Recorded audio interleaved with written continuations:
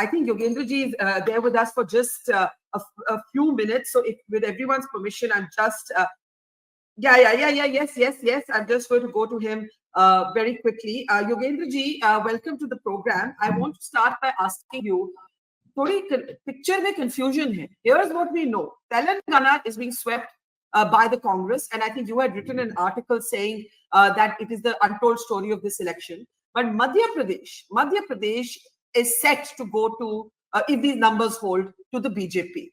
Rajasthan, the Congress is in the lead, but there is some confusion on the final gap because two different sources are giving us two different numbers. BJP in the lead, Barkha, BJP in the lead, Rajasthan. Sorry, did I say that wrong? I meant the BJP yes, is in the Congress. lead. Yeah, I beg your pardon. The BJP is very clearly in the lead in Rajasthan, but the gap has to be settled.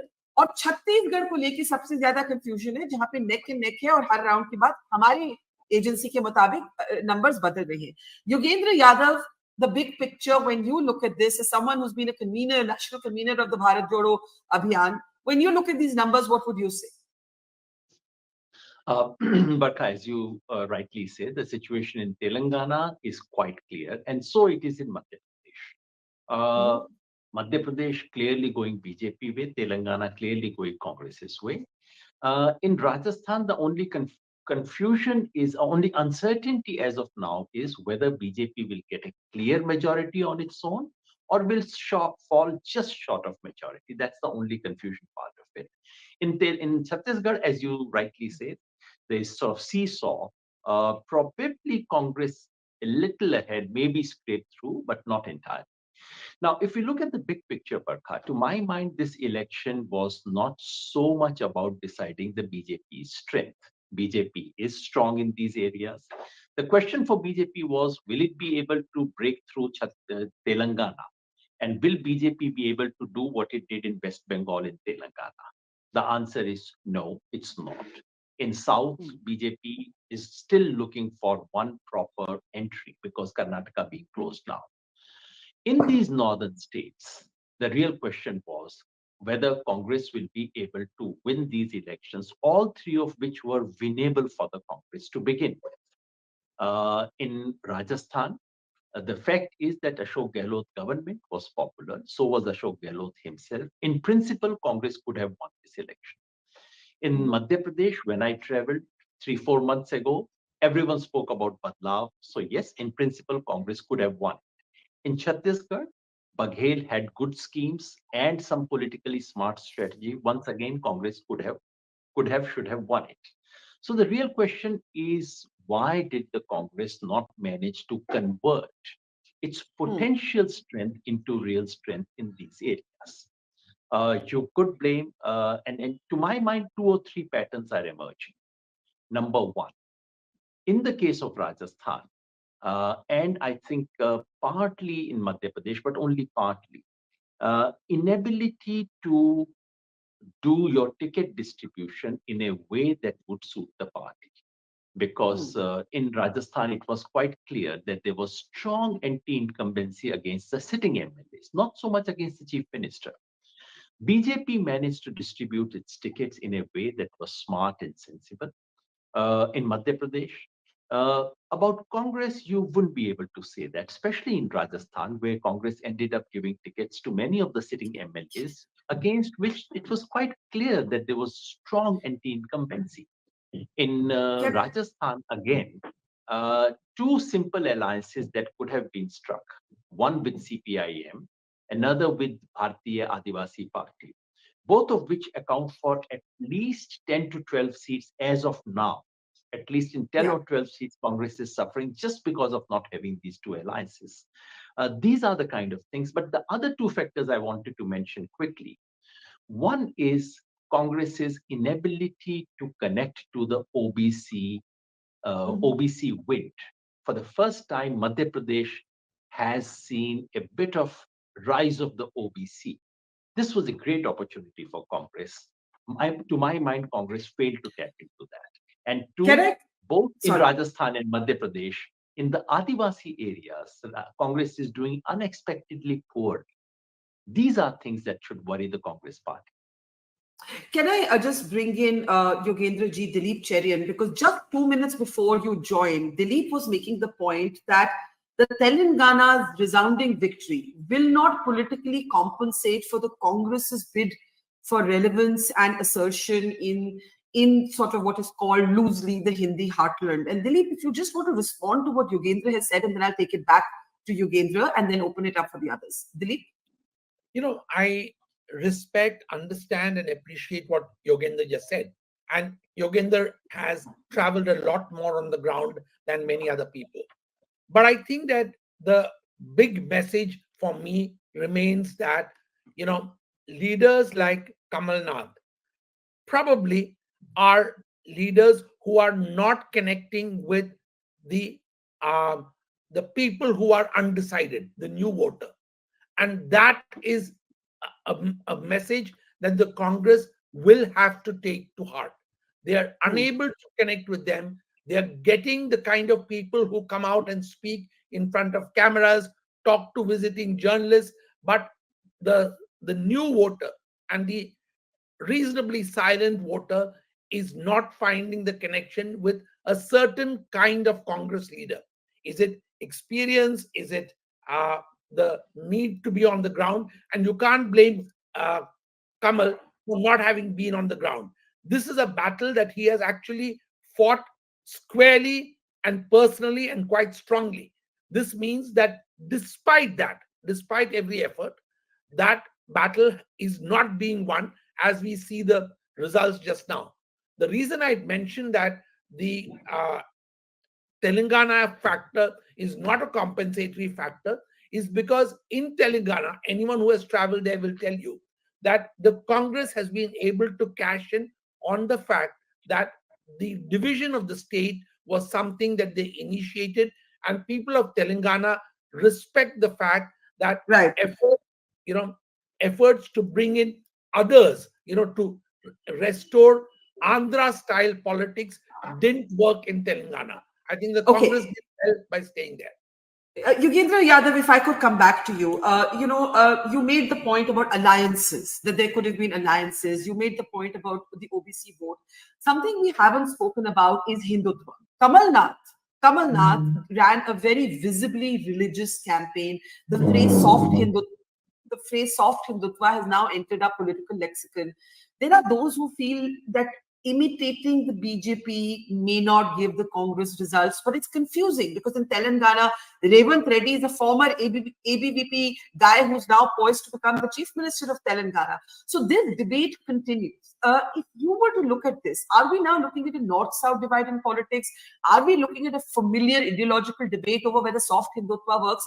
And how concerned are you at the Congress's inability to score in the Hindi heartland while being able to do relatively better in the southern states? Um, let's first pick up the southern issue. I have a slight disagreement with Dilip. The disagreement is this, that if Congress had to cash on the fact that Congress made Telangana, then it should have done 10 years ago. It should have done 5 years ago. The fact is that Congress could not. This time, if the Congress has been able to remind people of that, it is not so much the fact that Congress had given Telangana statehood. The real thing that has clicked is Congress has put in enormous energy. Congress, which was written off. Honestly, a year ago, if you went to Telangana, everyone said BJP was number two. Congress had been relegated to number three, that Congress was going to meet the same fate that it had met in Bengal, that it had met in Andhra Pradesh. If Congress could come back from that situation, it speaks about picking a new and energetic leader. It is some credit should go to Bharat Jodo Yatra. Something should be attributed to Karnataka's victory, which has a spillover effect on Telangana, and a lot of energy that Congress put in. So yes, that does have a meaning. And Barkha, responding to what you said, there appears to now be a very clear north-south divide because the gates for South have, in a sense, been closed for the BJP with this last major bid in Telangana not coming the BJP's way. But the real important question that Congress leadership will have to face is about inability in North India, despite very reasonable chances. You know, in Uttar Pradesh, Congress can say, we don't have a chance. Fair enough. Yeah. In Bihar, they can say, we are nowhere right now. It takes a long time. But this is not what you can say about Rajasthan and Madhya Pradesh. To my mind, this is not about soft Hindutva. I don't think BJP's victory is a victory of Hindutva. I don't think Kamalnath's failure is a failure of his soft Hindutva line. The simple fact is these were not the real issues. The issues were about projecting a hope to the people. Congress can say that, look, in Rajasthan, it's a standard roti palatne ki baat hai. वो पहले भी होती थी, बार फिर हो गई. But if that was the case, Congress should have been able to, and it is a fact that Ashok Gehlot's government has done much better than Ashok Gehlot did in the last two previous occasions. Because last two times, not only did he lose, he lost very, very badly, and he's had the dubious distinction of running good governments and losing elections very badly. So, it is not so bad this time. Yeah, you made 2 points. I want to just bring in, I know, Yogendra, you're there for just 5 more minutes, but I want Sandeep Ghosh to come in with one comment, and then I want you to respond to that. You made 2 comments. You said the gateway of the South is closed to the BJP.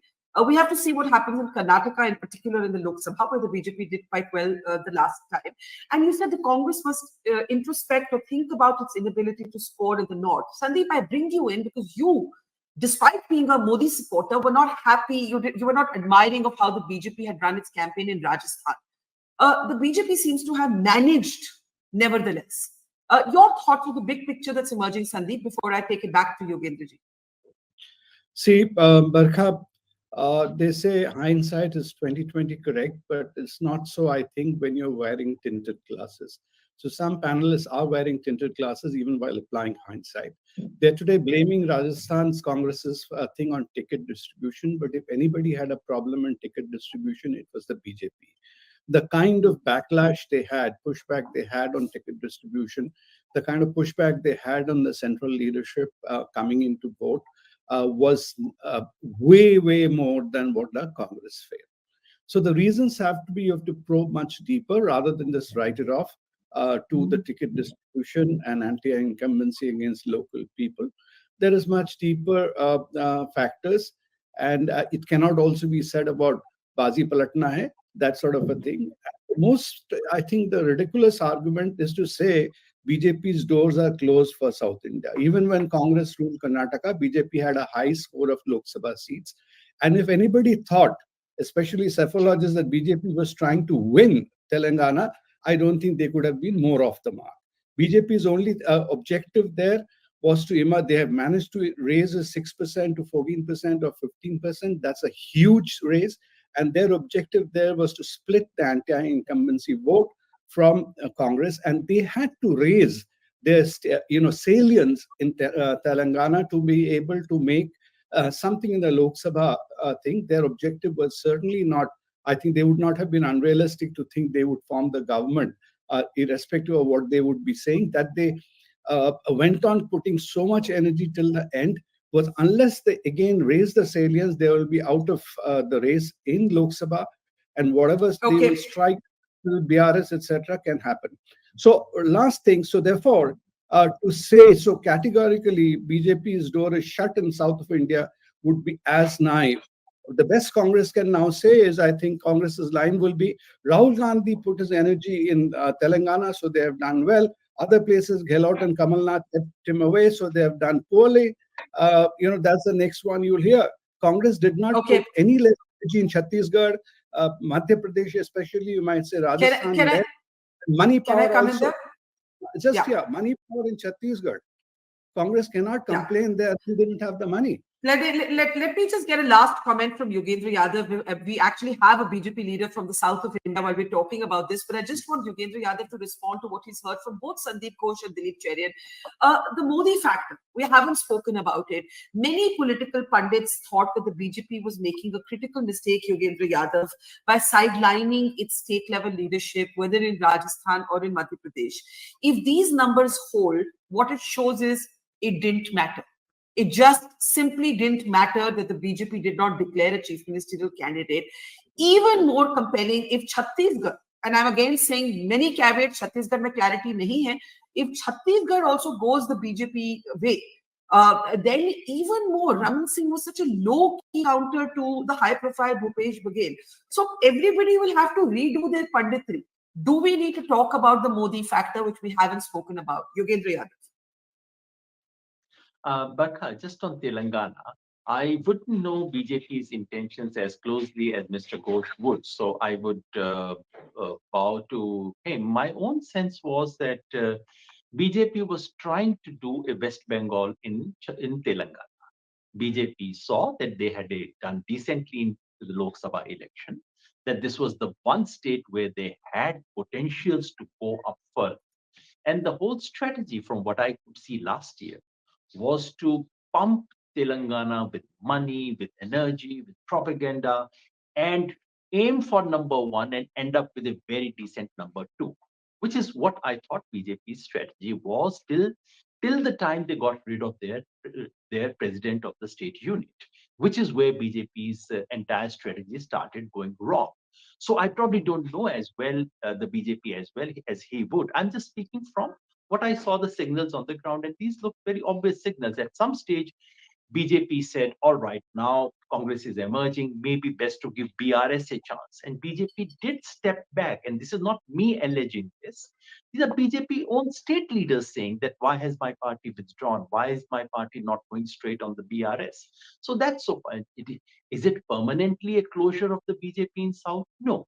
But is it closing of door for 2024? In significant ways, yes, because BJP's Telangana was the one state where BJP had room to grow in a big way in the Lok Sabha election. That strategy has backfired. Karnataka, BJP, I'm not saying BJP would be wiped out in Karnataka, but BJP now has a much difficult task than it ever did.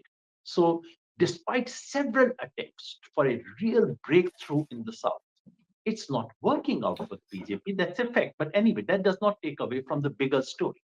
The bigger story is Congress's inability to convert winnable elections into victory. Yeah, I think Mr. Ghosh is absolutely right to say that the factional squabble within the Rajasthan BJP was much more than the Congress's factional squabble. So we should not blame the factional bit at all, bit majorly.